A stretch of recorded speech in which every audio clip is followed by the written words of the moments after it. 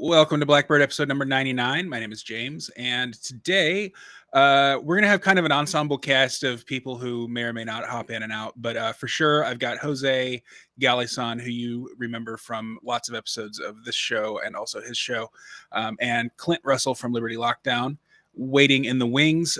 Before we get started, just a reminder, I am going to be taking the show on hiatus. It's going to be like an indefinite thing.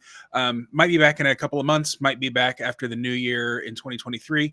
We shall see. The best way to get alerted for my triumphant return will be to subscribe either on Substack with a couple of bucks a month or on YouTube. Just hit the little bell icon and you'll know when I post my next videos. Without further ado, here is Jose and Clint. Guys, welcome to the show. Thanks for joining me. Thanks for having me. What's up, James? How you doing, man? I'm Great. sorry to hear about the hiatus, but I'm sure you have your reasons, and I will not. I will not try and finagle you into being another libertarian podcaster any longer than you have to be. Actually, you're kind of one of the inspirations for going on the hiatus. So I'm. Oh, that feels awful. No, it's great. I'm gonna be kind of starting my own business, and I've been okay, awesome. Yeah, so I've been working with Jason Stapleton on this thing for the better part of a year, and it's just not happening. And I'm just going to be dedicating myself to that, and my full-time job, which I would eventually like to not. Jose, are you drinking a beer at 11:30 in the morning? Yeah, do the fuck I want. Great, man. That's a real agorist right there. I'm still on my coffee. It's only 10:30 here. Why don't you guys introduce yourselves? Jose, you can go first. For people who are new here or whatever. Yeah, I'm Jose Galison. I have the show. Hey, hold that mic close to your face like it's a penis.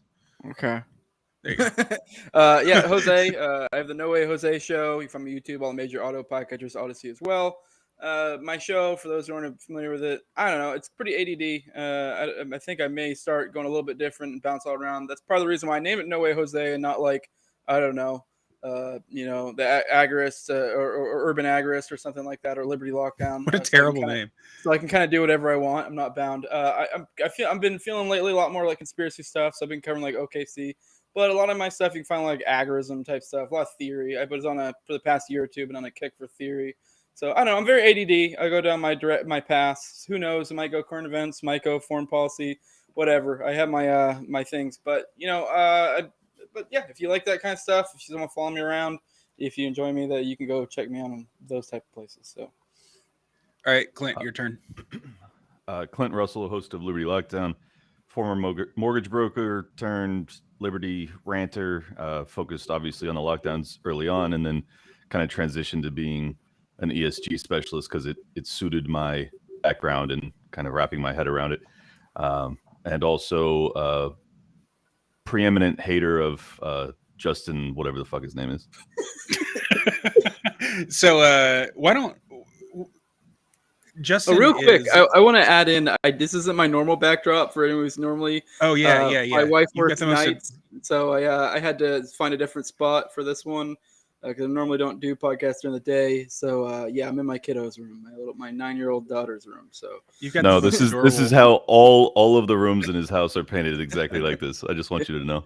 Lavender, the lava lamp there. This is great.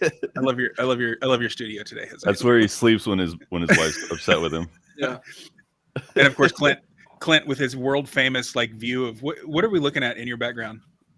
Well, if you'd like to dox me, I am in Aventura, Miami, Florida, northern Miami, and this is one of the intercoastals. Which number apartment? Yeah, I know. I knew you were in Miami. I think everybody probably knows that at this point. So you moved from the West Coast to Miami, right?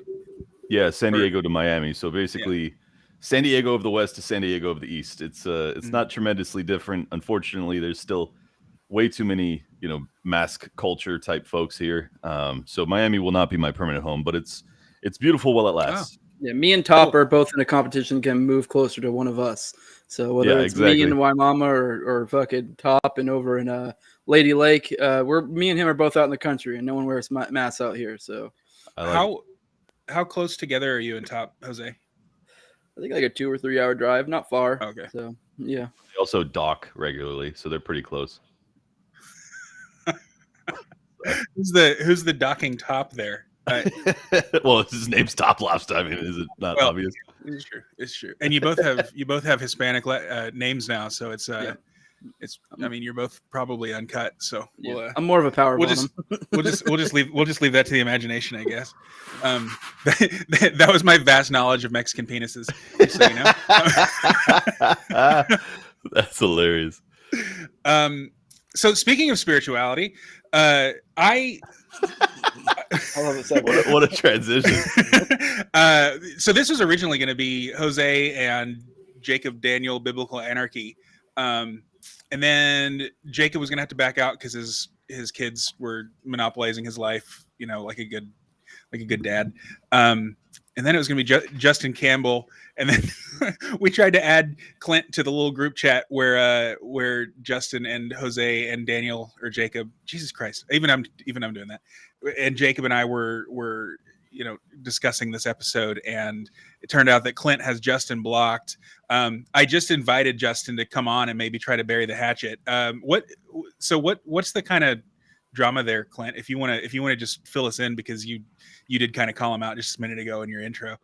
Yeah, he and a handful of other dudes I don't know all did a stream dragging me. So I don't know them and I don't understand it. So I'm just here to actually be able to, hear the arguments and then shit all over them. So that's I don't know them. I honestly don't know these guys.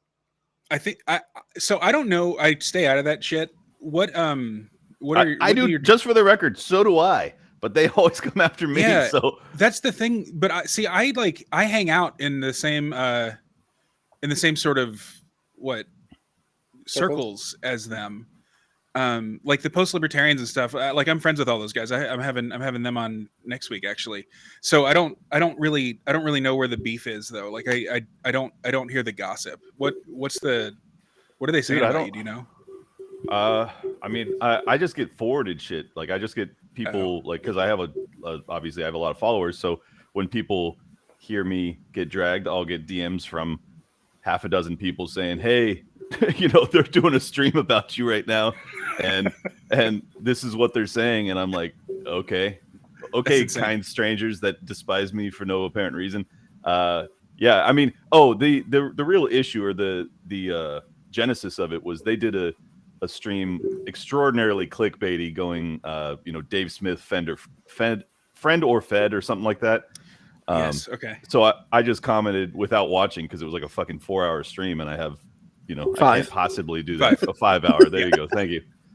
So I just commented saying, you've been doing I watched like the first minute and he's like, yeah, I've been doing this for 5 years. And I look at his subscriber count and it's like 70.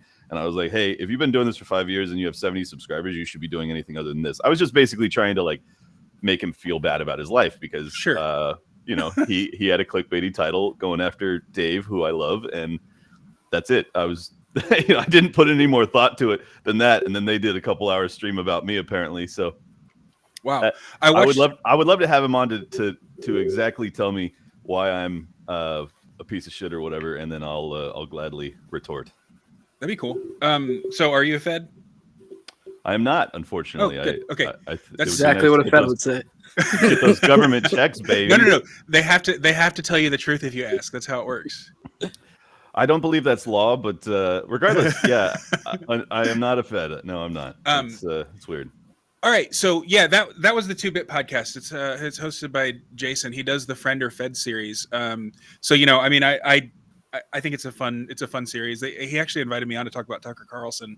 But I don't know enough about Tucker to weigh in on whether he's a friend or Fed. So, I think Clint is a friendly Fed. So, yeah, that's fine. There could be a real debate about Tucker Carlson. I can't wrap my head around. even the premise of Dave being a friend or fed. Yeah. So that's why I To was be like, fair to them, I think the vibe I got was it wasn't like literal friend or fed. It's more just like, yeah.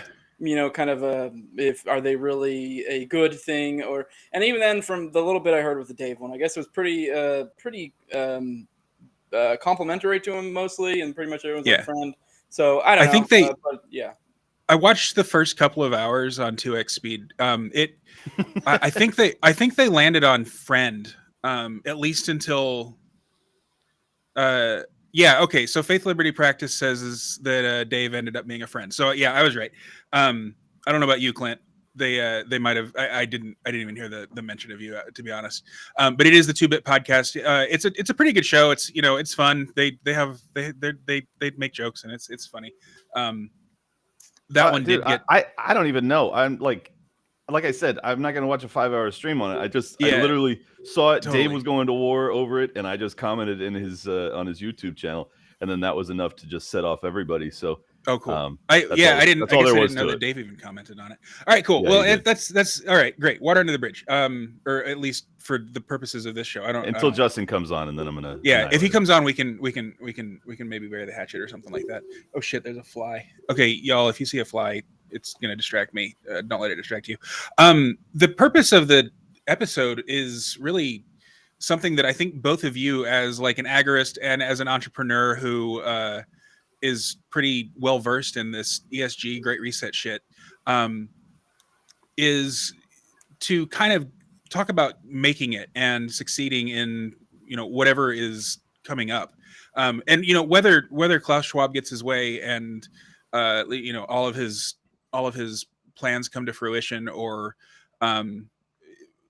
what I think actually is that they're going to be using these populist movements to bring some other kind of plan into fruition, something kind of like feudalism, where these people who kind of buy into their devices are more useful idiots than anything.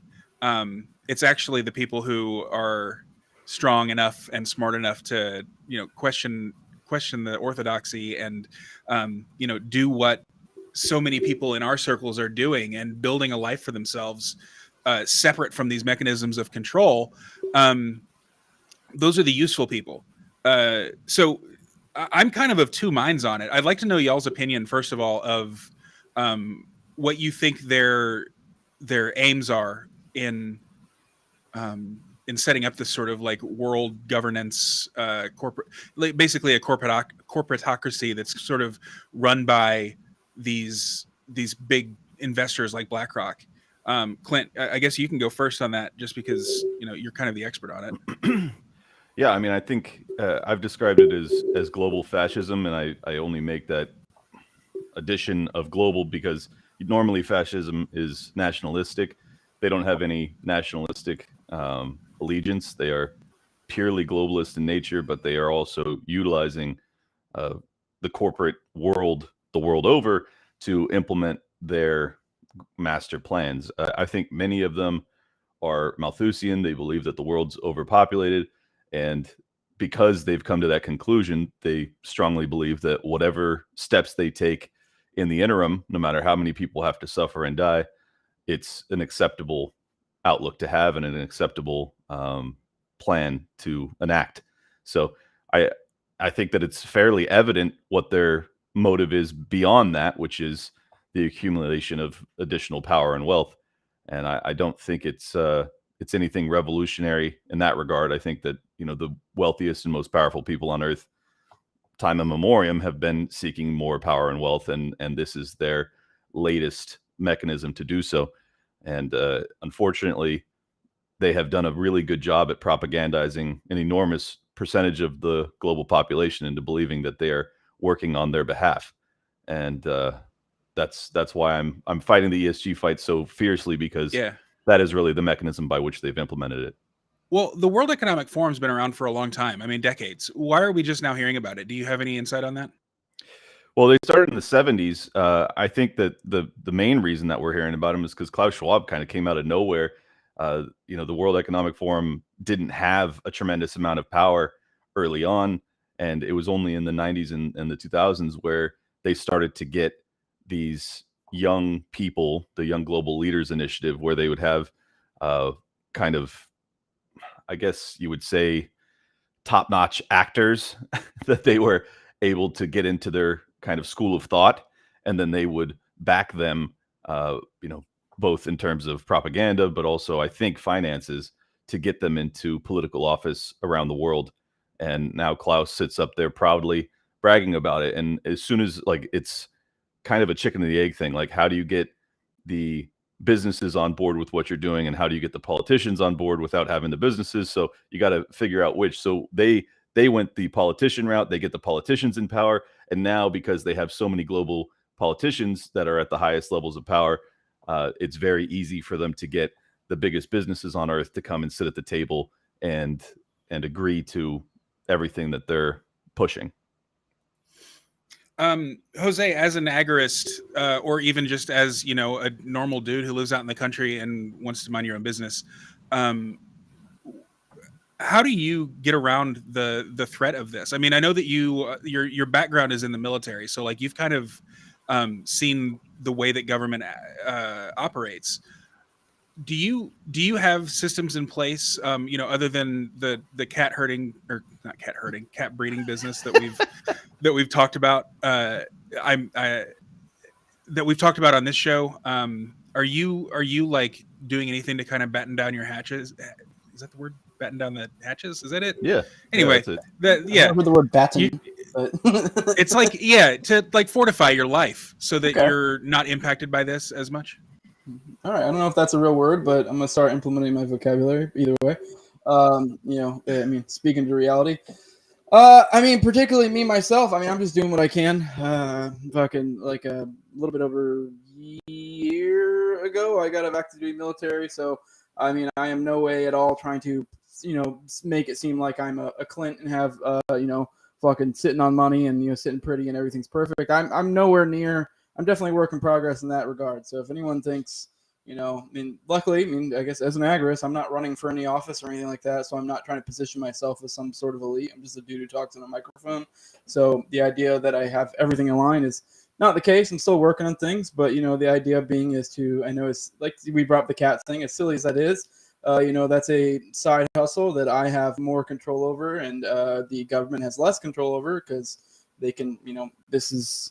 Obviously, I'm not going to go into the OPSEC side of things of my my operation, but let's just say it's a lot harder for them to know what's going on there because it's not like I have an employer that reports all my earnings, stuff like that. But it's a work in progress. I do think living in the country helps. Obviously, it's a matter of doing the best you can.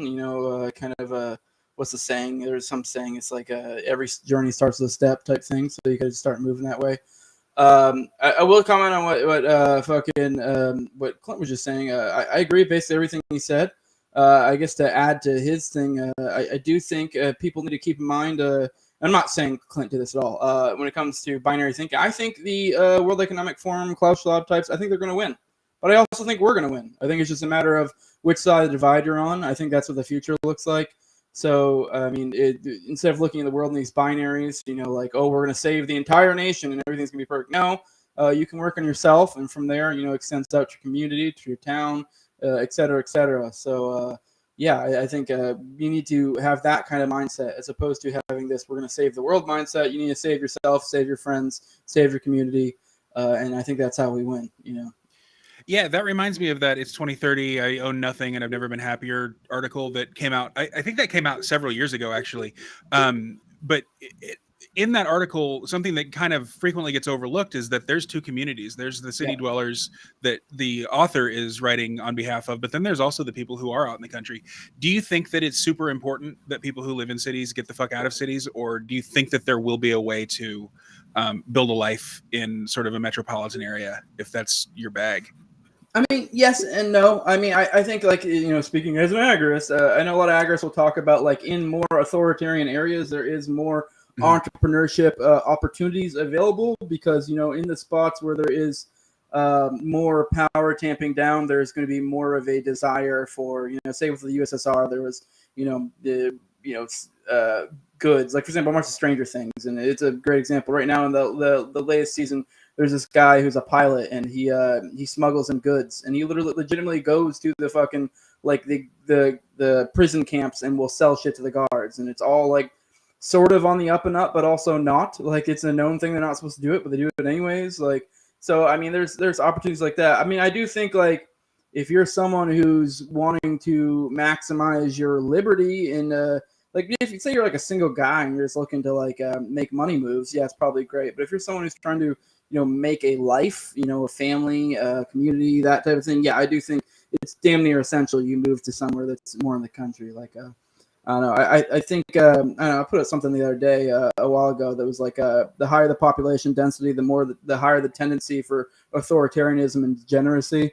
So humans were not meant to live like this. I will not live in the pod type deal. So yeah, I think there's something to that. I mean, I'm not saying that's obviously up to you on an individual level, but I do think it's smart to move that way. I understand too.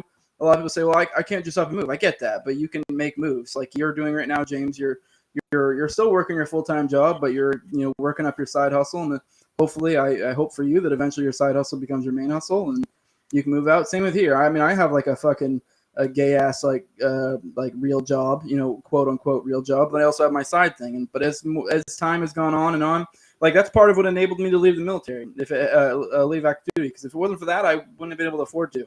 Like I just wouldn't be able to. I have a family, I have a house, I have stuff like that. So I mean, I do think people need to, make sure they're not thinking in binaries, because I do think that will oftentimes leave you in a state of despair. Because, like, had I not started this endeavor, like when I was active duty military, I'd still be active duty military, because if I looked at it as like, oh, I'll never get out, I'd be fucked. And same thing with like my fucking quote unquote real job right now. Like, I know one day I want to get to a point where I'm out of it. It's just a matter of making moves, keep moving that way slowly but surely, and eventually, hopefully, you get there. I mean, yeah, not everybody's going to make it, but, you're definitely not going to make it if you set yourself on not making it. So, yeah. Cool. So, yeah. And, I mean, I'm reminded of Community Technology, which is sort of one of the great agorist books, I guess, where they turned an entire, big city, I think it was Washington, D.C. neighborhood into sort of an agorist paradise. Or if not paradise, then at least something that is self-sustaining and that sort of thing. So I guess it is possible. Although I personally, I'm kind of trying to get a little bit out of the inner city at the very least. I live straight up in the ghetto. I'm like a mile from downtown. So that's probably my next move. Clint, how hard is that going to be for me if I wait a year to buy a house? You're kind of the real estate guy. No, that's great, man. I would highly recommend you wait a year. I think that's yeah. I think that it'll probably be 2 years before the bottom is really in. There's still a tremendous shortage of inventory in housing, largely because of the foreclosure and eviction moratorium that lasted basically two full years. I completely forgot about that. Yeah, so that's the main mechanism that has kept inventory hyper low. Now that you have such serious inflation, I think you're going to see people start to sell their houses that have enormous equity, because it's like their last hope basically to stay afloat. But also simultaneously, the Fed is hiking interest rates, which should make the cost to purchase real estate increase dramatically, which will force the sellers to reduce their asking price. So I think overall it's kind of a perfect storm. The only issue, a perfect storm to reduce prices. The only issue is that the inflation makes material costs for inputs to build additional inventory very expensive. So that'll obviously put a floor under pricing because we need more inventory. So I don't know. I think that buying now though would be an awful idea. So don't feel bad about waiting. To add to that little anecdote, yeah. My house, I've had my house probably about 5, maybe 6 years, and it's almost doubled in value. Jesus. Exactly. Wow. Brian Kaplan, he's an economist at George Mason. So he's kind of known for his prognostications, and he's pretty accurate when he'll place bets on his predictions. And he's not willing to bet on this yet, but his kind of near term prediction is that the Fed is going to drastic rate hike after the midterm elections to kind of try to get inflation under control, which will probably trigger a recession that they're hoping will be resolved by the 24 elections. Do you see any merit in that? Well, I mean, they've already drastically hiked rates over the past 6 Oh, have months. they? So, oh yeah, big time. So, I mean, and it's increased at a record pace in my lifetime. So, yeah, if they do that, if they hike it by say a full point or 2 points post midterms, it'll be look out fucking below. Oh yeah, I guess when you're talking about a quarter of a percent when it's already a quarter of a percent, like if you're talking about a quarter of a percent hike, that's a doubling of where it is currently. So Yeah, well, but they've taken it up. I think it's been 4 3/4 or half point interest rate hikes over the past 6 months. So it's Jesus, not just a quarter point. I clearly don't pay attention to that stuff. It's okay. And the reason I don't pay attention to it is because I don't understand how it impacts me personally, other than mortgages and things like that, and I'm not really like in the market currently for a mortgage. So Yeah, if it doesn't impact you, then you probably won't pay attention to it. The reason I do is because I'm building 6 yeah, houses, so I'm desperately trying to sell them before they continue with these interest rate hikes. But I already know that it's put enormous pressure on the people I have under contract to buy my houses, because your entire qualification process, the underwriting process, is predicated on your debt to income, which is Mhm. can you afford these monthly payments, and the payments increase every time the Fed hikes rates, because I haven't closed yet. They haven't Yeah. actually purchased the home, so it's a big issue. Um, what this is kind of a gear switch, I guess. What is the mindset of someone who is building 6 houses? Like, how do you decide I'm going to build 6 houses? Like, I'm going to be a real estate developer. Basically, is what you just said.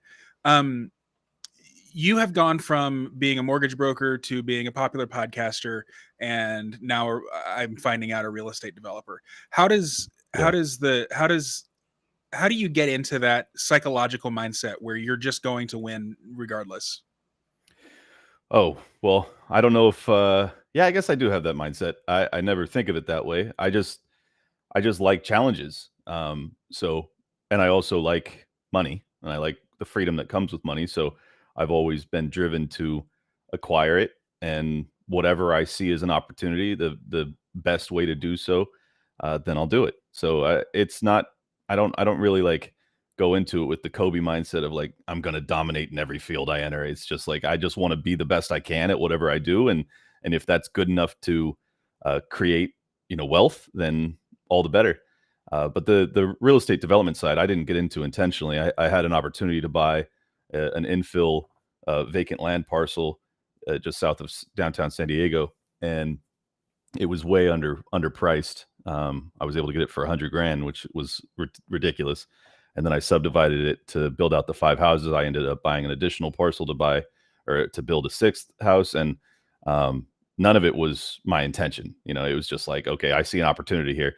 Now, whether or not it ends up being super profitable, I don't know, because I've been doing this for 4 years and I have put an enormous amount of capital into this process, and I'm still not done yet. So we'll see. It's a race against time right now. But I took a calculated risk. I never saw the lockdowns coming. Had the lockdowns not happened, my input costs for building materials wouldn't have skyrocketed. I wouldn't have taken 4 years because the city, the planning departments, everything basically shut down for a full year.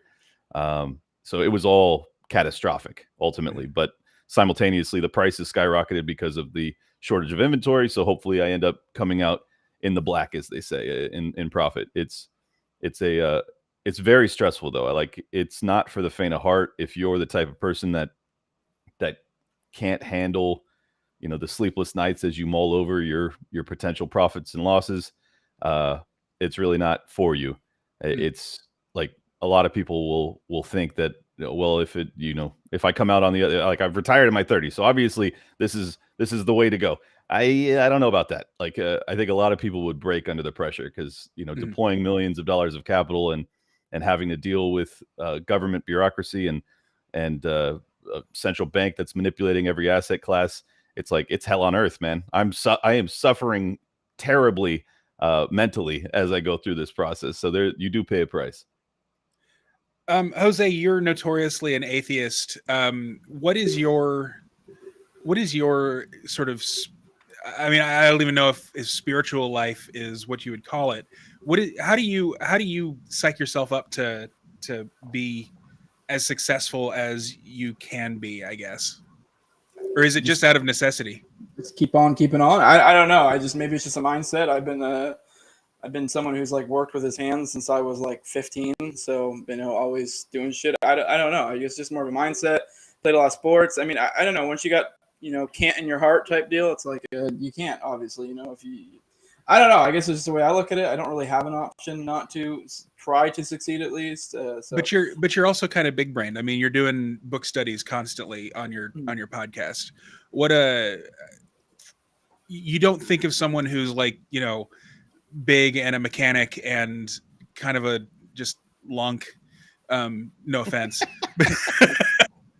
but you kind of are. You don't expect someone like that to also be doing book studies on his podcast or even having a podcast. How do you obviously you're not dumb. But if someone were to look at your resume, they might think that. Yes. What is your inclination there? How do you, I guess I don't even really know what the question is. Like, have you always been a reader, I guess? I was a smart kid when I was younger. I was actually like, I'm a little bit bigger now, but I for the longest time, I don't know, it's weird. It's almost like it was like a personal journey in a weird way. Not to get overly spiritual, if you will, but when I was young, I was always a scrawny kid. Skinny, really smart, when I was young, and then probably around like 12, like I was a kid that like my mother was bugging the teacher, be like, he's too smart for this shit. You need to give him more stuff. It's actually even, to even go back even further, I actually had I guess it was sort of a learning disability when I was really young, and I was actually kind of dumb, but really like kind of athletic, really energetic when I was really little. And then, I kind of got my shit together. Then got smart, and then I fucking, I kind of got like, I guess, too smart in like a certain sort of way. And like, as a kid, I was the nerdy, scrawny kid. And then, with glasses, I wear contacts. But, and then around like 12, I started like hitting the gym a lot. And I guess like I kind of stopped focusing on like being mentally smart. And then I, kind of got lax there. I kind of coasted all the way through high school off of like the intelligence I'd like that I'd gained from like a young age, because I was a voracious reader when I was a little kid, and then yeah, like I said, I kind of got more be like a jock, but I was still always like a smart jock. It's just not something I focused on. And then as I got older, I don't know, I feel like it was more like a social thing where I kind of felt like kind of weirdly ashamed of it, although I never would have said that, or I don't even think that was a thing that I thought about consciously. And as I got older, I think this is something my dad said, my stepdad said at one point. He said, a strong body, strong mind makes a strong man. So like the idea of being like focused on either, I thought was always, as I got older, I realized it was kind of silly to like, only put all my chips in one. So I don't know. This is hard evidence that if you start weightlifting before puberty, that you stunt your growth. So yeah. Everybody out there, don't do that. Yeah, I'm 5'5". Yeah, I'm a resident manlet here. So I'm like 220 though. Yeah, he's like literally as tall as he is wide. It's wild. Yeah, funny. Yeah, I don't know. I mean, I guess it's just for me. I mean, both of those ventures have kind of instilled in me self-improvement, if you will. So yeah, I guess that's just kind of what did it, because I was always improving in one or the other. I just was always weirdly focused on one or the other throughout my life. And as I got older, now I'm kind of focused on both. Admittedly, kind of more so. I mean, I'm not as in shape as I used to be. So, I mean, I'm not so much invested in the physical side as I used to be, although I still try to keep up with it. I'm more management. If anything, I went so hard that I kind of fucked up a lot of my joints and shit. So if anything, now I'm more like in a maintain type state where I try to work out moderately so I don't lose it. But it was good to give my knees and some of my shit a break. Like I got to where I was like stupid strong to where like going up a flight of stairs would win me out, but I could squat 625. Yeah, that's where I'm at right now though. Like you squat 625? I don't think I squat 625 yet, but I'm 400 something. I haven't squatted like a max in a while, but So yeah, I mean, I've kind of gotten into powerlifting lately, but walking from the locker room to my car, I still get kind of winded, which is that's really important. Like you don't want to be winded walking 100 yards. Um, I guess switching gears from psychology to physical health, what do you guys do to maintain your physical health? Clint, you go first. I lift like 4 days a week and do a little cardio. I used to play beach volleyball for like a decade when I was in San Diego. I haven't found a crew to play with in Miami, so that was really how I kept my cardio in line. And it is definitely I've paid a price by not playing volleyball for the past year because Mm. I'm like 220 right now, but I'm 6'1", so it doesn't look absurd. Um, but yeah, I mean that's really it. I lift 4 days a week and then maybe 5. I just go to the gym basically every day, like except for the weekends. And I really started doing that because I had an anxiety disorder in my 20s, where I started to get kind of mentally derailed, and I realized pretty quickly that it's because I'm not taking care of my body. Yeah, As I've heard soon as that working out has the same effect as antidepressants on a lot of people. I think it's even better. For clinical issues like that. Yeah, I think You know it's who better else? for sure. You know who else used to play beach volleyball in San Diego? Vin Who's that? Armani. Oh, no kidding. Yeah, That would have been a blast, man. I love yeah. Vin. I know that he's in the camp of a lot of people that I have blocked, but I still think he's awesome. Oh yeah. Yeah, he Yeah. and his brother, who's a professor at some college, whose name is not Yep. Armani. They used to play together, and I think there's actually like an episode of that male prostitute show he was on that centers around it. Yeah. You might check it out; it's pretty cool. I got really good after like Really? I was like really, really good at beach volleyball. So if anyone ever wants that smoke, let me know. I'm terrible at volleyball, as you could probably predict just looking at me. Jose, what about you? Do you play volleyball? Are you, No, I don't play volleyball. are you a setter? No, more of a bottom. But no, yeah. There's I don't actually know. a term for that. It's a position. It's called libero. You'd be great. Oh, sweet. Anyways, don't worry about it. I don't know. I right now I don't work out as much as I'd like to, just because I do have so many other things going on. I'm always doing something, but I probably work out like 2 or 3 times a week. Maybe go for I don't know, like a mile and a half type run. Maybe like once a week. But I mean that's not as much as I'd like to. At my peak, I was working out like 5 to 6 days a week. I never was a huge cardio guy. I mean, in high school I played all sorts of sports. I was like, fast as fuck. But that kind of, as I got huge, that fucking died off. But I mean, also I kind of try to watch my diet. And I'm not like a diet, hawk, but I'll generally try to make healthier choices. And by that I mean like kind of try to make more keto / paleo choices. I eat a lot more meat, a lot more fatty things. I try to stay away from starches somewhat, and if I do, I try for it to be like a vegetable of some sort. But yeah, I mean that's roughly what I do. I'm just kind of somewhat mindful of what I do. I'm not to the extent I'd like to. I mean, on the diet thing, I also used to be way better at dieting because I mean I used to play wrestling. I'd also have to make weight for powerlifting when I was a kid as well. So I'm actually very good at knowing like how the proper way to do things. I don't put that much time and effort into it just because it's like it's a fucking bitch counting calories. But if you're gonna make weight or if you're gonna do something that or if you have some sort of goal to get to, I'm very good at that. I'm also very good at putting on weight, but because I would go from football to wrestling. So I was able, I'd be able to like take a summer, put on 20 pounds, and then go lose the 20 pounds again when wrestling came around. So yeah, I don't know. I just try to be somewhat mindful. I mean, nowhere near where I want to be, but I like I said, I'm more of a maintain type thing. So. Yeah, I've got my Fitness Pal on my phone, and it still dutifully reminds me to log my meals 3 times a day, and I don't think I've logged one in a year or so. I should probably just delete the stupid app. Yeah, so I think the biggest takeaway from this though is your physical fitness and physical health really does impact your mental health. Tremendously. I have noticed that since I've started working out, and like I've even had psychologists tell me that, like therapists, that you don't need to go on meds if you're like if you're just clinically depressed, which is, it's nothing to make light of. I mean, that's a real thing. But your body's chemistry tries to maintain itself. You don't have to always medicate it. The over medicalization of society seems to be a big thing that is like sort of concomitant with the Great Reset. Clint, have you what do you think is behind that? I don't know that it's just profits for big pharma.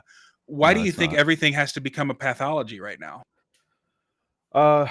Well, I think that it probably stems from their kind of technocratic mindset, where it's like everything is solvable by this elite class of people that are smarter than everybody. So if you have doctors that are putting together these new concoctions, they obviously, I think that there's many true believers behind the mRNA shots. I don't think that these people are all just nefarious, evil actors. I think that many of them genuinely believe like they can solve any issue with a medication. And once you have that outlook, well, then every problem, you have the answer. Every nail, you have your hammer.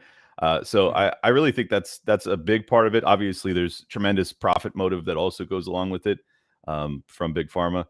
And then I think that it's also just kind of a unhealthy trend line where we have, like, once you're a parent, like you are a parent, not a parent.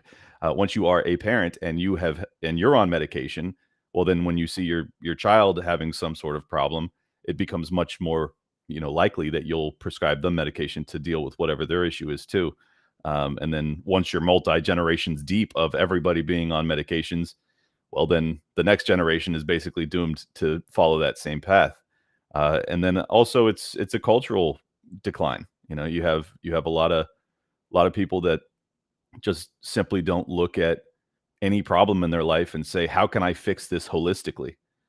They will seek the easiest path. And if the answer is, well, you need to work out 5 days a week, or you can just take this pill to not, feel like shit, a lot of people are going to take the pill.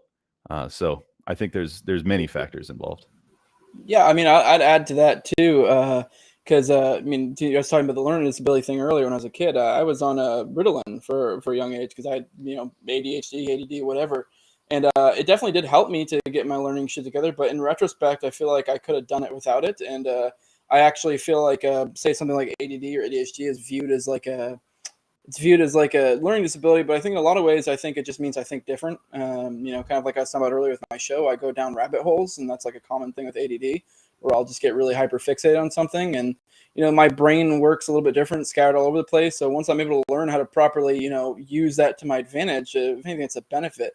So I don't know. I think, yeah, definitely people should try to lean away. I mean, obviously there's, extenuating circumstances where sometimes medication is good, depending on what it is. But I do think the tendency should be to try to go with that as opposed to go with, I definitely had a lot of weird medical and other shit that was going around the time. Like I had weird tics that I got from fucking, like I used to do shit like this and like weird, like just weird shit that developed from like Ritalin. And that's made me, which probably, ended up kind of making me sort of have those social things when I got older where like, that's why I really got into working out, which I guess you could say there's a benefit to that. But I had a period of time where I was a weird fucking kid. And it was probably because I was fucking meted out my ass. And like I had all sorts of weird shit going on with my head that made me an odd kid that didn't really fit in well at that young age. I mean, got together when I got older. My parents still tried to give me my meds as I got older, but I kind of would, as I got older, I would just like throw that shit away or pretend to swallow it because I just didn't need it anymore, and I still did fine.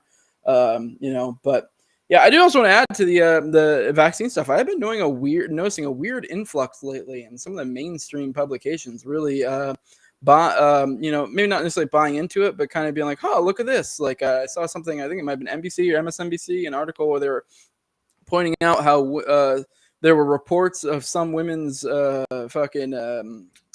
like periods being thrown off by it. Yeah. Which like that was. Yeah, so I mean, although that's only like a tiny thing, it's kind of like interesting that they're starting to be like, hey, what the fuck? Which I mean, that might have something to do with Rogan and like that Dr. McCullough and the other guy kind of starting to become more mainstream and not being able to stamp this down as well anymore. where they kind of they can only fight it so much, the narrative. They have to kind of lean into it a little bit, but I do think it's interesting. So Yeah, it's all Fauci, global warming, bro. Don't worry about it. Yeah. Even Fauci or millennials, I think they're to blame for everything as well. Even Fauci like admitted that, you know, the vaccines are not really working against these current strains the other day. Jose, you mentioned that you kind of dealt with your ADHD with fitness and things like that. Do you still experience the symptoms of ADHD? How do you deal with them without medicating? I found that Delta 10, which is kind of like sativa weed, is like the only thing that can keep me focused throughout the day, without, you know, telling my doctor I want to go on whatever Ritalin of today is, you know, speed basically. But then Delta 10 makes me lazy and not want to go to the gym and only eat all day long. So, you know, it's huge trade-offs. Do you have tools in place right now that help you focus in spite of, or even because of, your ADD stuff? Not necessarily. I mean, I've just gotten used. I said earlier, kind of just got used to living with it. So now it's just kind of how I am. I don't know. Maybe I do certain things. For example, someone pointed out I'm sitting right now. I normally stand when I do my podcast, which it does kind of dissipate some of that nervous energy. Allows me to kind of have something to fidget with while, or you know, I'm kind of standing. You know, as opposed to sitting where I feel like. And you burn calories like that. Yeah, but I don't know. I think it's just a matter of just learn to live with it, learn to adjust to this way of thinking, of the manner in which I think, as opposed to, you know, other people who, you know, don't have that tend to think. I just kind of used to. I do notice like certain like weed or medications will do certain things. So for example, like every once in a great while, and, you know, for legal reasons, it's a joke, but my wife is prescribed Vyvanse, and it's kind of related to her seizures and stuff. But yeah, every once in a great while, if I have a lot of shit to do, if I want to do something really studious, you know, if I think I wrote a couple articles like before I got into podcasting, and I think I popped an Adderall or Vyvanse then. Yeah, that kind of puts me in a super god mode when I take those. But like, I mean, shit, I used to do that for fun when I was in college, take like Adderall or some shit just to, like, I was playing video games just to enter into next level mode. You know, just like I remember, like I used to be awful at Halo, but I'd like every once in a while I'd like pop an Adderall and I'd be just fucking just pulling off headshots like a motherfucker because I could focus like a bitch. But yeah, I don't know. Like, I mean, yeah, weed kind of pulls out different aspects of me. I find I tend to be better at being comedic when I smoke weed, and I'm focused in different ways, a little bit more creative. Me too. Yeah, I like kratom a lot too. I tend to I don't use it a lot. For this period of time, I was taking a lot of kratom. I'll typically pop like a couple of kratom pills before I do a podcast. It allows me to think in a different way. I don't know. I mean, for the most part, though, it's just I've just gotten used to this way of living. But I guess, yeah, there is some aspect to certain things out there that make me think a certain way. But I always try not to, you know, be on that shit all the time. Like, I don't like smoking weed all the time. I don't like, you know, I actually don't even like necessarily the way things like Adderall or Vyvanse make me feel. So if I do something like that, it's more for like a given objective. Like if I have a shitload of stuff to do, like my garage looks like shit and I'm going to take a day, you know, organizing the fuck out of it. Well, there we go. Let's pop a fucking Adderall and go to town. It's not like I like enjoy the feeling. So I do try not to like get to a point where I'm doing anything like that all the time. Like I did have a period of time before I joined the military where I did have a drug problem where I was on opiates. So I don't like I'm very, you know, I've talked about this before on other shows when it comes to like drugs and stuff. Like, I mean, I damn near try anything. I don't really care. I think a lot of the stuff is overblown. A lot of the evils of drugs, but there also is truth to it as well. I just think it's a matter of, you know, I don't think really any human's meant to be on any substance, you know, in any sort of permanent state all the time. So, I mean, that's why I more use it to inhibit certain things occasionally, you know, but, you know, like say like with weed, like, you know, typically depending on what's going on, I may smoke a little weed before a Tower Power episode. And I find that tends to make me a little bit more comedic, or able to cut up a little bit more. So, and then, like I said, with more of my theory episodes, I might pop a couple kratom. And even then it's like a very low dose. It's just to give me a slight edge, but for the most part, yeah, I try not to become dependable on anything like that, but I also don't see them as like great evils. I just use them occasionally to inhibit certain things. I think I have like a cabinet full of kratom still from John Bush, so maybe I'll give that a try. Clint, what about you? Are you just naturally conscientious, or do you have to like force yourself to be productive? Oh no. Or medicate somehow? No, I am, I guess, blessed and cursed with a capacity for laser focus 24/7. like if I'm doing something, I'm just locked in, and I don't have any issues with focus, or like, if anything, Yeah. I will become overly obsessive on a topic and just, spend like, you've probably seen some of my episodes where I end up recording at like 5 a.m. because I've stayed up all night reading about ESG or the World Economic Forum or something like that. So, yeah, not an issue. I also, because I'm in my late 30s, almost 40 now, and I just don't respond to drugs as well as I used to when I was in my 20s. So I tend not to drink very much. I tend not to, like, the only habit I can't kick is the e-cig. So I'm pretty healthy overall, and really don't use any substances. Obviously, drinking when you're in a social setting is kind of nice. It just makes you more relaxed and more talkative and more jovial, and but kind of fit in. I mean, that's exactly. the big thing about social drinking for me, is that if I'm walking around with a soda or whatever, it doesn't feel the same. Like, I don't feel part of everybody else there. You get that's 2 or cool. 3 drinks in, all of a sudden the conversations are much more fun. That's a pretty good problem to have. I mean, conscientiousness is, next to IQ, like the biggest determining factor of financial success. So I didn't know that, but I guess that makes sense. Yeah. Jordan Peterson talks about it, or used to talk about it, back when he was talking about personality psychology and not just cultural issues. So what about building communities? Do you guys, like, obviously there's value in building a community, but how do you find that having people to lean on helps, or maybe even hinders you in finding whatever your definition of success is? I'm not much of a community guy, to be honest. I'm like, I've always been entrepreneur path. Like, I don't want to rely on anybody else. So that's always been my preference. I still have a great group of friends, and I still, I'm still close with my family. So it's not as if, like, I alienate people intentionally. It's just that I'm not so interested. Like, if you're relying on someone, that you're at their mercy, and I don't like feeling that way. So I've always tried to avoid that. Obviously, there have been times in my life where I've needed assistance, and I've been fortunate enough to have good friends or family that can be there for me when needed. But it hasn't ever been my focus. Like, I've always been very, very focused on being completely autonomous and independent. I think that's probably a pretty common libertarian trait. I could be wrong. Yeah. But it just kind of seems like that's fundamentally our preference. But I do think that community is going to become increasingly important as kind of the fabric of society unravels.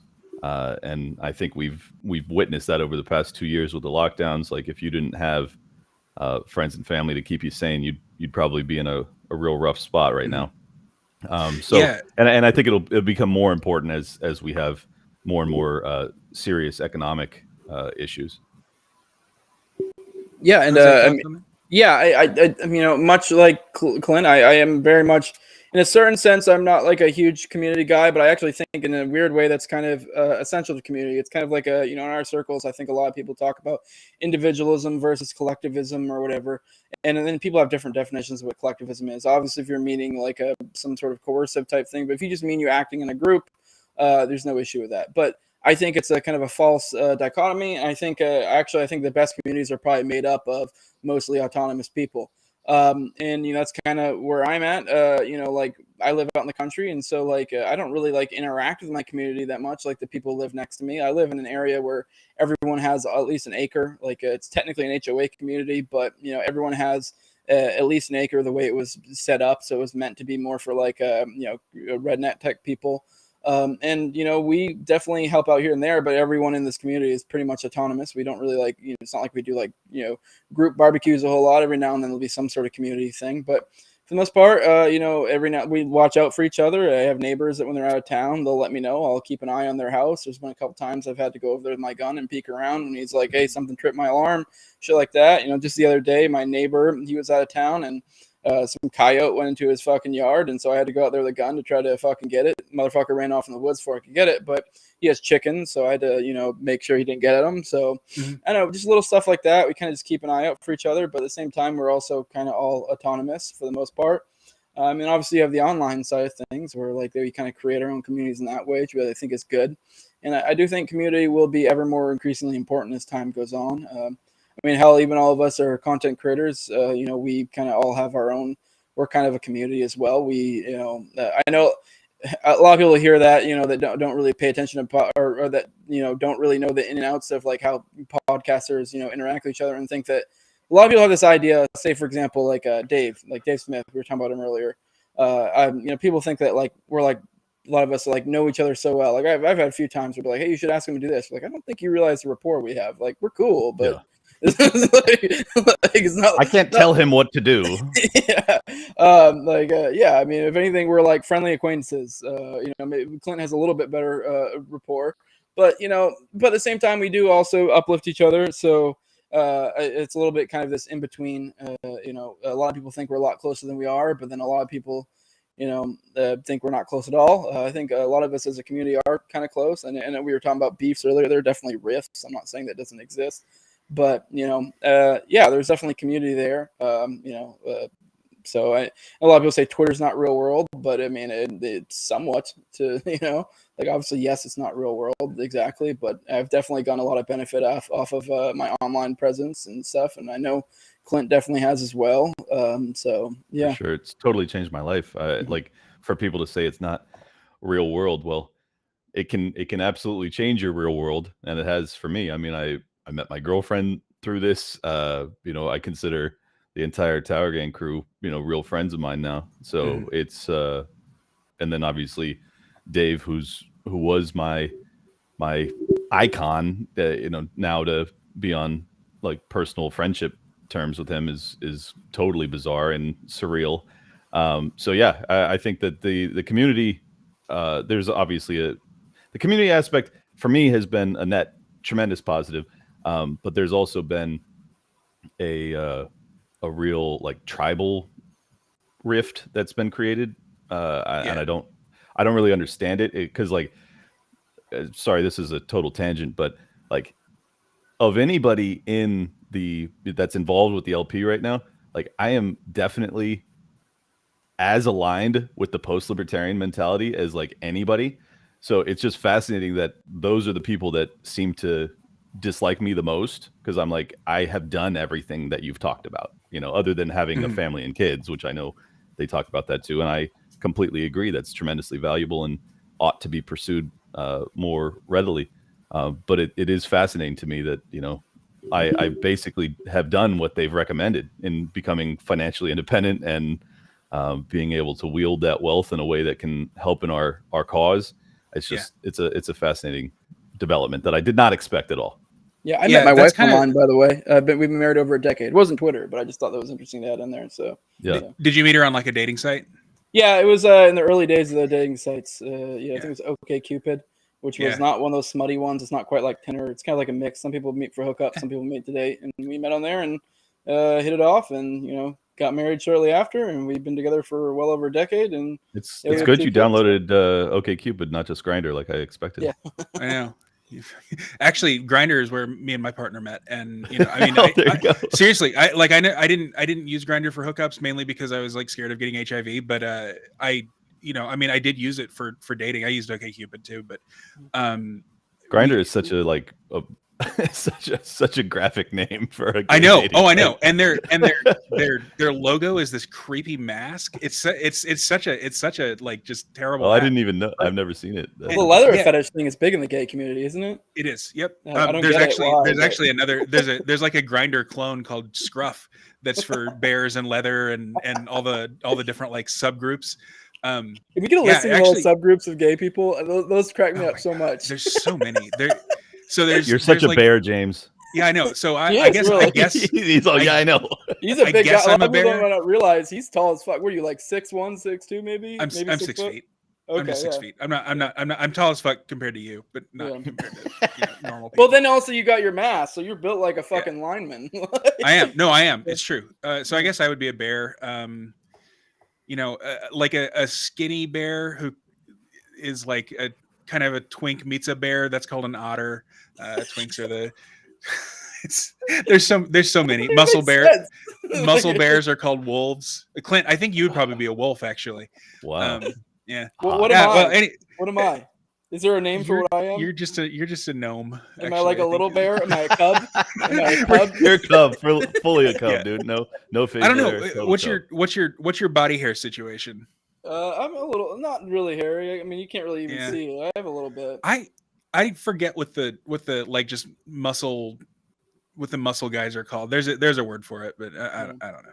I totally forgot you were gay, James. So wolf cub. This is a direction for this podcast I did not expect, and I am thrilled. This is so fun. Oh, it's great. Yeah, next time we see each other, I'll show you what Grindr looks like. I don't have it on my phone right now, but like it's insane. It's just you hop on and it's just like a 3x grid of like some dudes' faces and then other dudes' torsos, and like you can tell by what's on their picture what they're looking for. It's a great little subculture. I should get it just for an ego boost.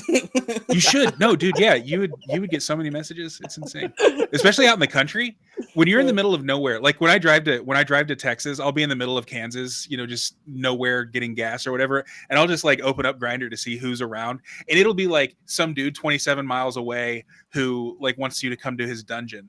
For some reason, people out in the middle of nowhere are super into like weird fetish stuff. It's just crazy. What were we even talking about before this? Gay subgroup. I was talking about the riffs. Yeah, the riffs. The tribalism. Yeah. I feel like these two online, are connected. Building online communities. My online community, I think. So I'm in like 100 different group chats. That's kind of how things just sort of have shaken out in the last few years among sort of the libertarian podcaster set or whatever. I think that the Mises Caucus is sort of my tribe.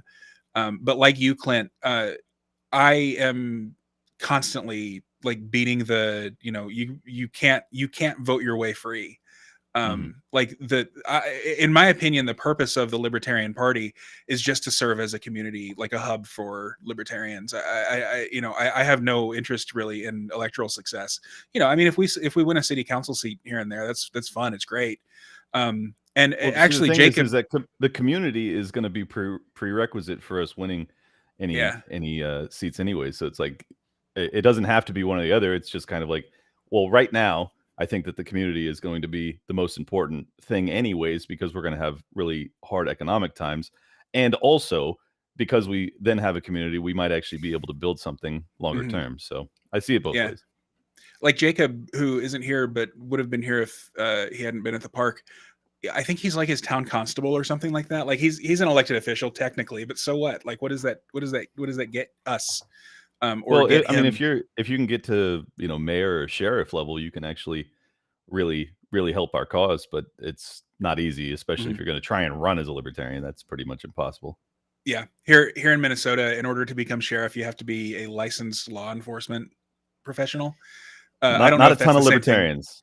Yeah, I know. I don't know if that's the same. I don't know if that's the same in every state, but we've been like really heavily looking for sheriff candidates because that's as they say, that's like the top law enforcement official in sort of the hierarchy, even above the FBI. I mean, apparently the sheriff has to like grant them permission or something like that. I'm sure it's not really like that anymore, but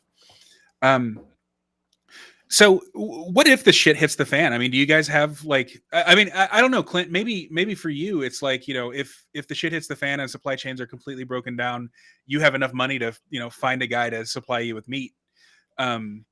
Well, I would flee the country if it hit the fan that hard. But I would like, I mean, obviously I would prefer to get myself in a position of being self-sustaining and having, a property that can yield me enough crops and food and things like that to weather, whatever comes in America. But I don't have that right now. So if the shit were to hit the fan now, I wouldn't have much choice. I would probably just have to bounce. which is go play beach volleyball in Saipan with Vin Armani. yeah, that wouldn't be so bad. What about you, Jose? Do you have a meat guy? Are you raising chickens? I mean, you mentioned your next door neighbor has chickens. Would you be able to lean on him if needed?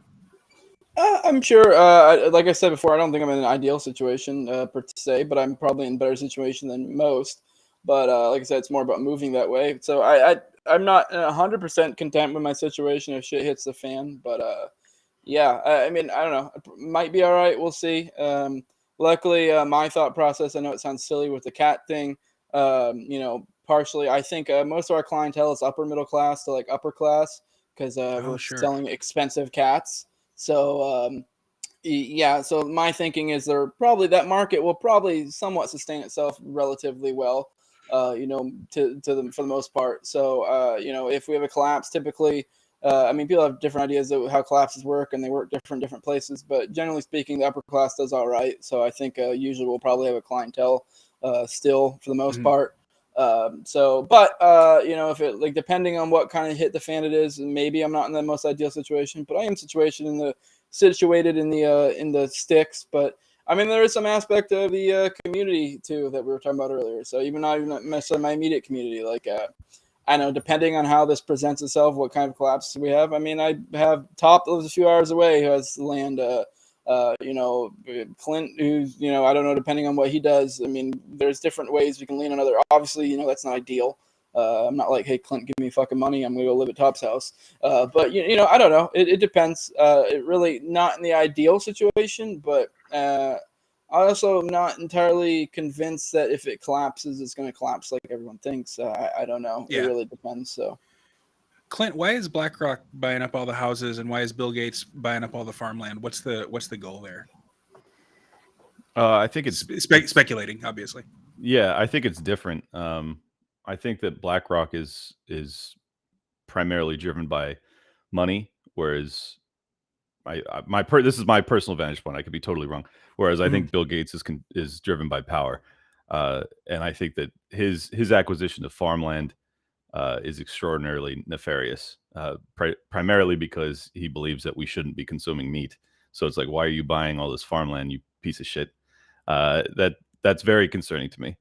BlackRock buying the houses, I think, is just a straight play on Federal Reserve policy and the fact that they realized after the 0809 bust that the real estate market will forever be sustained. This is their bet. Whether or not they're right is a totally different question, but their bet is that the real estate market will be buoyed by Fed policy as well as congressional monetary policy and bills and things like that. So I think that obviously Larry Fink has some aspects of a similar personality to Bill Gates, where he's also in the power accumulation game, but I think that Gates is like almost entirely a power player, and money to him is just purely a means to that end. Nobody had heard of BlackRock, or at least nobody who I know had heard of it until a couple of years ago. How did they like come out of nowhere? Where'd they come from? Well, they've been around for quite a while. Sure. But they really hit their stride in actually after like 0809. And they worked kind of in lockstep with the World Economic Forum and ESG, and they really were the ones that popularized ESG. And because ESG became so popular, and because so many governments got in bed with this ESG protocol system, I think that they benefited tremendously from it. But the real story of BlackRock, State Street, Vanguard, all of them, is that more and more people started to outsource their money management, their savings management, their investment management, and they just happened to be one of the biggest kids on the block, and that allowed them to become the biggest kid on the block because of their relationship to the government. They were able to get outsized returns on investment. And as long as you're performing as a money manager, you're going to have a flood of additional capital and more people that are looking to you to steward their capital through, the investment seas. And that's what they've done. And they've become the biggest on earth with over 10 trillion under management. That makes sense. Let's, for the last few minutes, let's kind of switch gears and talk about like philosophy and principles and things like that. Do you think Well, do you think that libertarian philosophy still matters? Oh, Jose, yeah. you go first. Jose, why don't you answer that? Because Clint just talked. Because and you talk about it on your podcast a lot. So I'd like to know, sort of I guess there's a tension right now between sort of the more Machiavellian guys that are like, no, we just need to acquire power, and maybe like the Keith Knights of the world who really, really are only into the philosophy almost. It seems like. What comment on that? I guess. Yeah, I definitely think theory matters. I know a lot of people lately, will be like, "Oh, this is just in theory. This is theory." I think that's not understanding what the fuck theory is. A lot of Living people in are like, Ancapistan in your head and stuff. yeah, which honestly, like, I like Pete, but I still think that's kind of silly. Honestly, that saying. I mean, I get to a certain extent what it means, because some people do get like so obsessed with theory they get in weird land. But I think, well, if your theory, if you're like the idea that like, oh, you're just living in theory, it's like, okay, well, are you arguing with the theory? Because theory is, if it's not comporting to reality, it's shit theory. So in a sense, theory is just arguing reality. So like, it's kind of like it's almost like if you're like, oh, that's just theory. If anything, that's kind of a, whether you mean it that way or not, it's a cheap way out, and it's kind of a concession of defeat in a certain way. They're like, okay, well, you need to provide something else here. Otherwise, you're just, it's no different than an ad hominem in a certain sense. It's just like, you're not really presenting anything here. You're just saying, oh, you're just living in theory or whatever. It's like, okay, well, what's your theory? And I think one of the main issues of the Machiavelli thing, this is actually probably one of my main critique. This ties in a lot of my main critiques, and I'm not trying to open this Pandora's box because we could spend another 20 minutes on it. When it comes to the Machiavellian thing, this is kind of like one of my main critiques of using political power in general. And I'm not saying there can't be any positive benefits. I think the idea, especially the larger the group, the bigger issue you're going to have with it. I think the idea that you're going to be able to get some sort of entity, some sort of large group to operate in some sort of Machiavellian manner is kind of foolhardy. Because and even if you are some sort of monarch or whatever, like. Yeah. Like, you're gonna have to pass that torch on to someone else at some point. Like, I agree with Hoppe that monarchies are preferable to democracy, because it's you have the better incentives in place, being one person controlling everything as opposed to everybody controlling everything. But I think the issue becomes, say if you're like, hey, we're going to use this political organization to do this thing, and it's like, but we're going to use subterfuge and this and that. It's like, okay, but you got to realize what kind of signals you're sending off to people, and the idea that everyone is going to be completely, buying into your specific strategy or whatever. Yeah, you may be able to make it work for a small period of time, especially if you keep your circle close, or even if it's just one person controlling everything. But at some point, this has got to get passed off to the next generation or the next group or whatever. And the idea that they're going to have the same strategy, or they're going to interpret the strategy the way you have, especially if you're using subterfuge, because you're that in essence is kind of being concealing things. So I mean, I guess, yeah, if maybe your appointed person is 100% on board, operates exactly like you do, you can keep this going on. So I mean, I guess it's part of why I like the idea of agorism, because it's kind of like you're controlling yourself, you're controlling your things. Yeah, I mean, like I said, I've said before, I'm kind of I'm friendlier to the ideas of like even monarchy, or Hoppian type ideas, when it comes to like covenant communities. But I do think it just kind of changes the time preference in a sense of how long this thing will work. So that's why I think with something like a small town, it's easier to make it work as opposed to some sort of federal thing or something. Yeah, I had another point, but I forgot. Just quick addition to Machiavellianism. If you are that, you better shut the fuck up about it. Like, yeah, like, if you're gonna, I know the point I wanted to get at. This could maybe ruffle little feathers. I know there was a dude recently that said he was going to run for governor. He was on Clint's show in Florida for the libertarian thing, and he was talking about Hector? Hector. Yeah, he was going to run against DeSantis, and he's sort of positioning himself on the right. And I know one of the main arguments a lot of people make is, oh, well, we'll ask for concessions from DeSantis for this or that. And I was like, and my thing is like, okay, if I'm going to put for one, I can provide other reasons why I don't necessarily agree with it, but I can wrap my head around it. And I do think from a political perspective, okay, whatever, I can see that. But my main thing was like, okay, but you got to do that in the open. Because like, I know a lot of people are like, oh, Machiavellian will make deals behind closed doors. But it's like, okay, well, you got to think about all the other people in your political organization, the peons on the lower level, how are they going to interpret this? Are you really expecting the entirety of Florida to be like, just trust you? Just trust me, bro. Like we're fucking working things out behind the scenes. No, I don't fucking trust you. I don't fucking know you. Even if you are the most trusted political person, I think you're kind of foolhardy to put that kind of faith in someone that they're going to make these behind closed door deals that are going to work out the way you want. And the overarching point to that would be whether or not you trust Hector. Yes. If you expect DeSantis to do what we're horse trading for, you have to have him on public record saying, yes, I am doing XYZ as the libertarians requested or demanded. Because if they don't have him on record, then what's going to keep him from just going, we never agreed to that? I mean, and so you have to make it public if you're actually going to do that. But Hector didn't even really want to, consider that as an option. So that concerns me. Yeah, Machiavelli's book is called The Prince, Not the Committee, for a reason, I think. Having been on kind of the steering committee for the Mises takeover of the LP, which is, a completely meaningless organization almost on the political scene. We misstepped a couple of times just because, you think that people are behind you for anything, but they're not. Normal people, of which I would kind of consider myself a part of, I guess. They're not on board with all of the more Machiavellian things, and so if you're in a democratic organization, or even an ostensibly democratic organization, whether it's the LP or your state or whatever, you're going to push a lot of people away talking like that.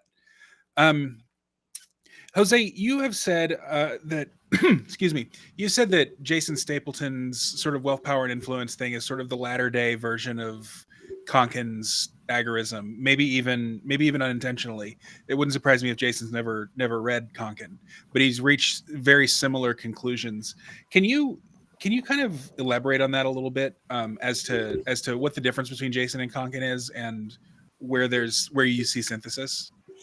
I think I said to you that it was just like from a different perspective, because a lot of people will accuse agorists of being like utopian or whatever. Although I feel like Stapleton is just more, I guess we were talking theory, reality kind of deal. Like Konkin's more dealing with a theory, whereas I feel like Stapleton's more dealing with application or reality or what have you.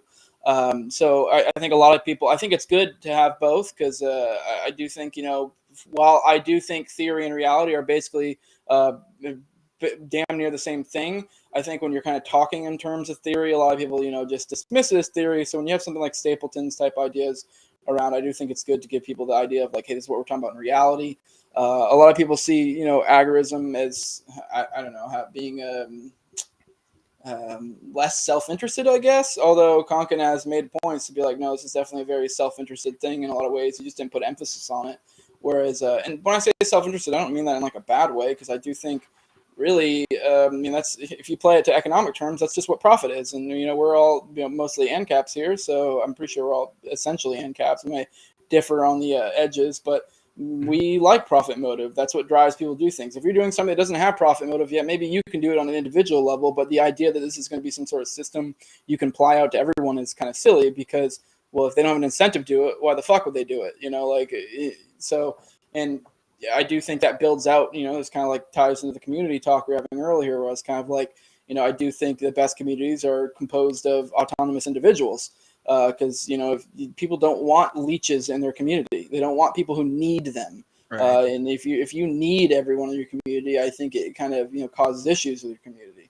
That's not to say you can't lean on people in some ways, but it also weakens the community. Yeah. Mm-hmm. So yeah, I guess without, I really do. I don't really see any divorce really at all between the two. The difference is more the focus. I think Konkin talked a lot about like how he theorizes how it will work out. Like different phases, and how if we apply this theory, how it works out. And I, for the most part, agree with that. Although, like I just did finally wrapped up my live reading series with Sal on New Libertarian Manifesto, like Konkin's seminal work, and we had disagreements on some of the aspects of it. Of like, disagreements disagreements with one another or with Konkin? Oh, with him. Although, like, I think it's a matter of how you interpret it, and I think me and Sal have slightly different interpretations. I think he weirdly kind of takes almost like a sort of deontological approach in a certain way when it comes to like agorism, or he, some senses maybe reads into certain things differently than I read into what Konkin said. But I'm not saying Sal does this. I also am not like, when I say I'm an agorist, I'm not saying I'm like tied to these ideas or that like Konkin, every word he says, I'm like hanging on to. But for the most part, I find very little that I disagree with. I may have found like one or two things I actually disagree with. I think a lot of it's just a matter of how you perceive what he's saying or interpret it, your perspective. I'm trying to think of what else. Like I was talking about like the phases and how they end up working out. Because a lot of people accuse him of being utopian because he's like, this is how we win type thing. But I think a lot of people have this idea, and this kind of ties into what I was talking about earlier, as opposed to is the idea of, I think, the World Economic Forum or the elites or whatever, the bad elites, the not natural elites, as opposed to Hoppa's natural elites. Right. I do think they're going to win, but I also think we're going to win as well. It's just a matter of like, two separate camps, essentially. And that's kind of how I interpreted Konkin's work when it comes to like how the phases work and how you get to this, agora, this agorist community. The idea that if you're looking at this from the perspective of, how we've been indoctrinated with grade school, of like looking at the United States as one distinct thing. Yeah, I don't think, that there's going to be an agorist uprising and they're going to take over the entire, federal apparatus. I think you're going to see more like things like, here's this community over here that's very agoristic, and here's this community over here that's very agoristic, and they kind of create like a network of communities. But then you're also going to have your city states that are probably going to be like these, borderline technological hellholes to people who have sensibilities like us. But to people who like that, they're like, this is great. I have all the amenities I need. Yeah, I own nothing. I'm happy. I guess in the same way that that WEF article predicts that there's going to be like pockets of independent people out in the country. Yeah, Konkin did predict pockets of statism. So maybe they're driving at the exact same thing. Yes. Clint, where do you think how victorious do you think the WEF will be in getting their agenda enacted in the next decade or so? Well, I think I differ from Jose on this in that I think that centralization fails in a long enough time horizon, and I think that it will fail. Whether or not the only question I have is how badly will we suffer in the interim, and how much pain will be required to throw off the shackles, and that's a huge unknown. I think that obviously had we figured this out sooner and had the people understood the threat that they were under, we could have prevented much of the suffering that we're already enduring. And I think that because the majority of people still don't understand what's happening, the pain is going to be much, much worse than it already is. So I think it's going to ultimately fail, though, because I don't think that they can compete with the human drive for liberty. I really believe that at some point the pain will be so significant that you'll see, as you've seen in Sri Lanka, many Latin American countries, Denmark, or excuse me, Netherlands, all over the place. I mean, you're already seeing these minor revolutions, as well as Canada with the trucker strike earlier this year. I think that you're witnessing kind of a genuine populist uprising that is just demanding basic level liberty. And as people start to, starve, that will probably become violent. And I'm not looking forward to it, but I think that at some point it becomes both inevitable and necessary that occur, and it will. So it's just a matter of when. I don't know if it'll be 10 years from now or 15 years from now or 2 years from now or tomorrow, but it's coming for sure. That's kind of my outlook. And I think that the people that have implemented these plans will ultimately end up no longer existing because, yeah. I do want to add, I actually agree. I think this is kind of where I was talking about with perspective a little bit, because I do think at a long enough time horizon, yes, we will. But what I'm kind of getting at is I think in a certain sense, the powers that be are reverting to their power centers. And while they do that, and I guess you can almost apply a little bit of what's his name? Popular Liberty. I forgot his real name for a second. Andrew. Oh, Andrew. Kind of his archetropism idea and how the way power operates, and he kind of treats it almost like how you would view fluids and how they work. Like I said before, I'm a mechanic, so if you understand how hydraulics work, if you compress a fluid, it'll take up less area, but it'll be more dense. So it's kind of same idea. I think as the power is diminished, I think it will become, or not diminished, maybe that's the wrong word for it. As it becomes more centralized, it'll become also more powerful within those areas. But I do think over a long enough time horizon, that'll work out.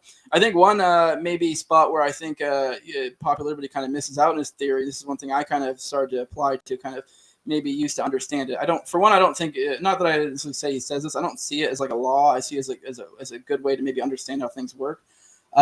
He applies it only in terms of power. Is how he looks at his archetropism idea. But I do think there's non-coercive power. Anyone who understands that, gets that. So I think, yes, these elites their power will become more centralized, but I do think over time, their power will be leached off from coercive power to non-coercive power, to where we do actually end up with power in our non-coercive system. So we're sort of leeching them off. So they will leach off over time, over a long enough time horizon. I just think I think that might be a little bit of a blind spot in Andrew's thing, because he just likes to simplify it to simply just power, and then he kind of then power is just state power. It's almost like a Yarvin thing where he doesn't really ever differentiate the two. So I do think that in a long enough time horizon, so that's why I say in a certain sense they will win, but not in the long run. They will win and get what they want. I think they will have areas of power where they you'll eat the bugs, you'll live in a pod, you'll own nothing and be happy. But I do think over time people will see the light, and I think certain that power will leech off will convert from coercive power to non-coercive power over time and leach back into our system. The true doomers out there, like, I don't really understand it, because if you believe that liberty is ultimately the best formulation for civilization, it'll win out. Like, we believe in competition, right? Like, that's kind of the anarcho-capitalist worldview too. And it's like thinking that, China is going to win against, I would say America, but America is too similar to China. So apply the American principles to some Latin American country, or, Hong Kong before China started to smack it down. Like, my belief is that economy will win, and because of that civilization will win. So, like, it's just a matter of how painful it is to get us there. I really believe that ultimately we will see, assuming we avoid, nuclear holocaust, I think that you'll see that the liberty-minded civilizations that arise from this era will be the dominant ones of the next, millennia. So I just hope that we can do that without seeing civil war or nuclear war, or something crazy like that. But I do believe that process is really happening in earnest right now, and we're all kind of like sitting on the sidelines analyzing it, and basically just kind of talking our preferences into the ether. But it's a process that's so much bigger than any of us that it's going to happen no matter what.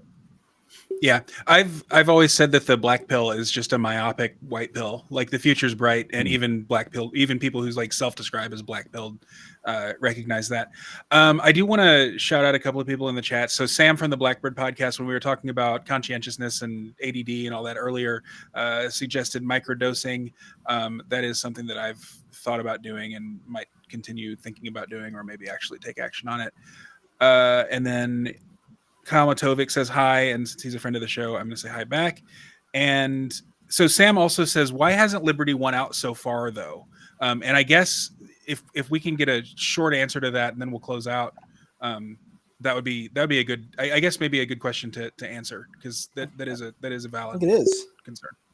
Like, that's kind of my binary thinking before. If you're just looking at terms of win and lose, you may end up making the wrong determination there. But I think if you're looking at it in more of a spectrum, or depending on where you are, like with the black pill, like, yeah, if you're living in I don't know, fucking Washington DC, and you are refusing to move or make any sort of moves to make your life more independent, if you're just working for some corporation or the government per se, yeah, I mean, you should be probably black-pilled if you're not going to do anything about it.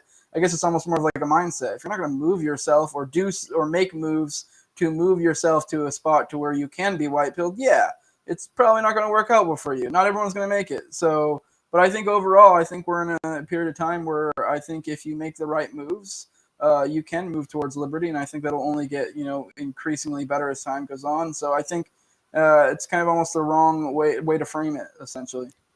I have a very, I don't know, abstract philosophical answer to this, but I think that ultimately liberty creates wealth, and wealth creates a bigger government, which creates the tyranny, which then ultimately creates the debt system, which ends up in collapse, which then creates liberty. So I think that you can view it both ways. You can say that liberty creates the tyranny, or that tyranny leads to liberty. It's kind of both. It's an ebb and flow. This is where the cycles theories come from, and I think it's totally proven out through history that the freer you formulate your civilization, principally on, ultimately that ends up creating the bigger government in the end, which is seems counterintuitive, but it's just historically what we've seen. So I think that you could have, like, I think you'll see North Korea fall. I think you'll see China fall. I think ultimately,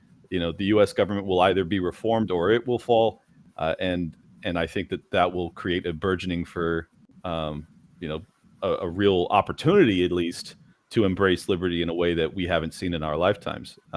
There's also the possibility that it gets very, very dark before that dawn. So I'm very optimistic, but I think that the truth is that we're in the end stage of an everything bubble, and that everything includes tyranny, and it's going to be very dramatic. I mean, we're living through a truly historical period, because this is the first time that I think we've seen a global debt everything bubble, where it's like, it's so much bigger than anything we've ever seen, because we didn't have a globalized economy, just simply because we didn't have the technology to see that in the past.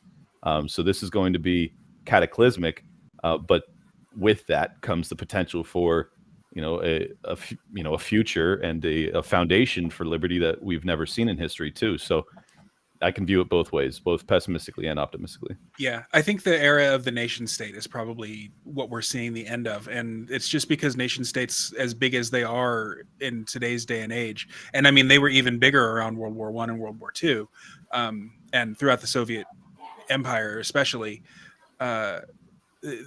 it's unnatural. That's not how communities and societies form themselves.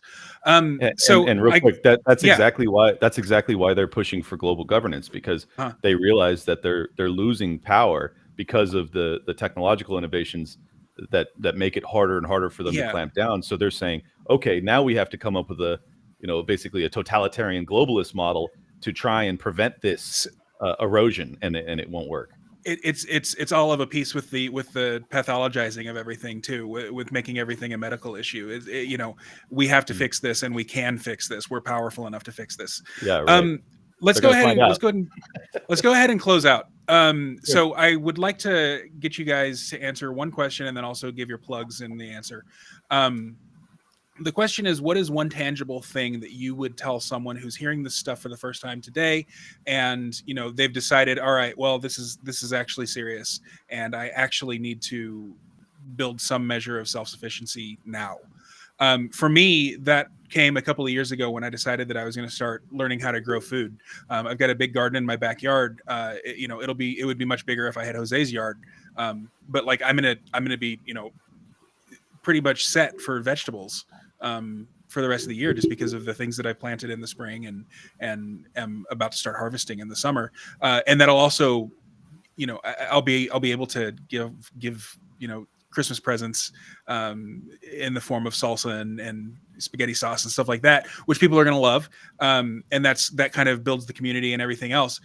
So, in my own little small way, that was my first tangible step. My next tangible step is putting this show on hiatus and actually starting a business that I can run myself.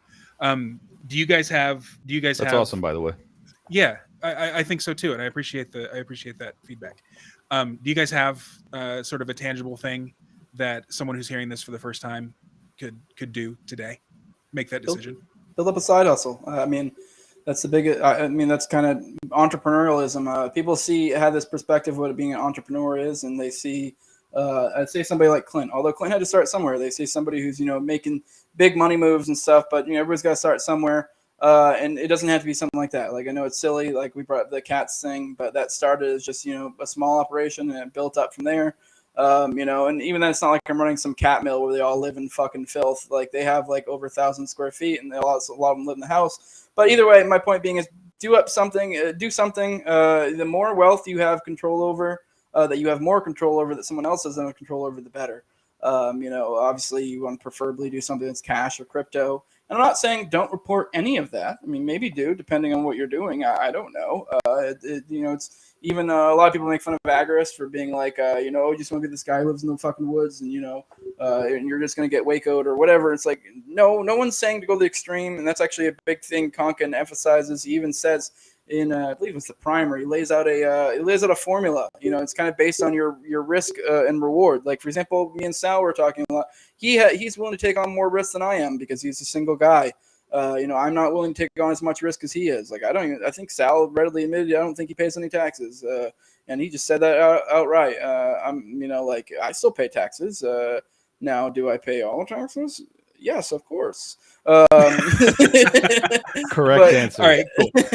So just build up a side hustle. It's more about building up some sort of or multiple side hustles. It doesn't have to be something big and grand. It can be a little thing, making some widget or whatever, something that fits you, what you're capable of. Because the more wealth you have control over, the better. And you don't even have to have 100% complete control over it. It can be, you could still be storing it on crypto that I don't know enough about crypto to talk about it, but I know some people would say certain crypto places aren't ideal to store it. But I mean, if that's what you're capable of, whatever. I mean, that's not the best example, but it doesn't have to be a 0 or 1. You can think of it more of a spectrum. You need to move your way that way, but move your life in a more beneficial place. All right, cool. Jose, where should people go to find you? No Way Jose is a show. I'm on YouTube, all the major auto podcatchers, Odyssey as well.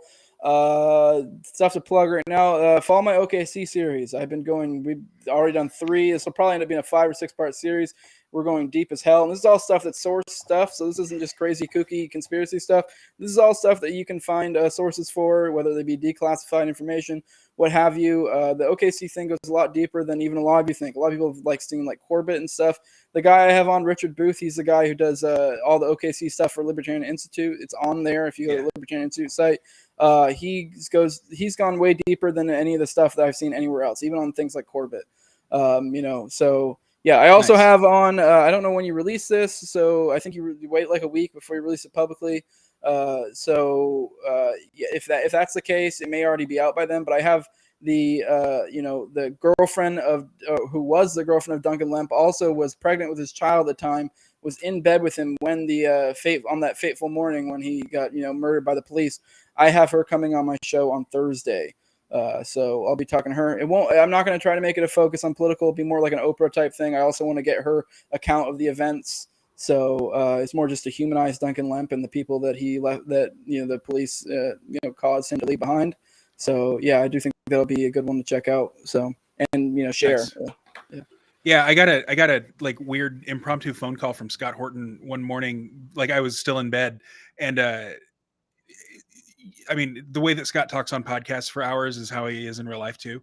And so we got into OKC, and actually he recommended your guest for me to educate myself on that, because I was a little kid when it happened and I didn't know anything about it. So all right, cool. What do you say? Beat you to it, bitch. Yeah, that's great. Your series is fantastic. So Clint, you're up. What is your one tangible thing that someone can do? Oh, it's totally dependent on the listener. I mean, if they're paycheck it's a very to Ron paycheck, Paul answer. Thanks. Well, I didn't mean to, but it's the truth. I mean, if you're paycheck to paycheck, then Jose's advice is ideal. Is getting a side hustle so that you no longer are in that position. Mm-hmm. If you are out of shape, then as soon as you stop listening to this, you should go to the fucking gym and stop being a pussy. If you're not financially, or physically secure, then you might want to train up. learn how to wield that steel, baby. There's 100 things you could be doing, and you ought to be doing all of them. So, like, I think that, as always, the key is that first step. So the goal of my show oftentimes is that I want not to scare people so much as to inform them as to the risks that are in front of them, so that they will feel an impetus to act. I want people to act. I want them to take steps. If you can't run a mile, you can't fight the state. And if you can't forego a couple paychecks, well, then you can't quit your job when the vaccine mandate comes down. Like, there are aspects of liberty that you cannot experience because of your own weaknesses that you've allowed to, arise in your own lifestyle. So fix those. I know that sounds a little too blunt, but it's the truth. So do it. And at Liberty Lockpod on Twitter, Liberty Lockdown on YouTube, Spotify, Apple Podcasts, Google Podcasts, everywhere else. Thank you so much for having me, James. I really wish you the best in your entrepreneurial endeavor. I think that you will find it to be incredibly gratifying and hopefully more, wildly financially successful than you could possibly imagine. Get after it, brother. And to add to it, also, I forgot to mention me and Clint and also a few other guys, Top Lops, Reed, and then Cole and Toad also have our Tower Power show, which is more like shit posty. So if that's not your thing, if you don't like offensive humor, offensive subpar humor, that's not your place. But if you do, you can go check us out. So. All right, I'll link to TPH on Odyssey. And with that, because it was probably inevitable, Jose, you've got the last word. Thank you so much for that. Thank you guys for joining me today. Thanks to the audience, etc. And I will see y'all next week when Matt Erickson and LB Muniz will be joining me to come at it from the post-libertarian realm, I guess. So, okay.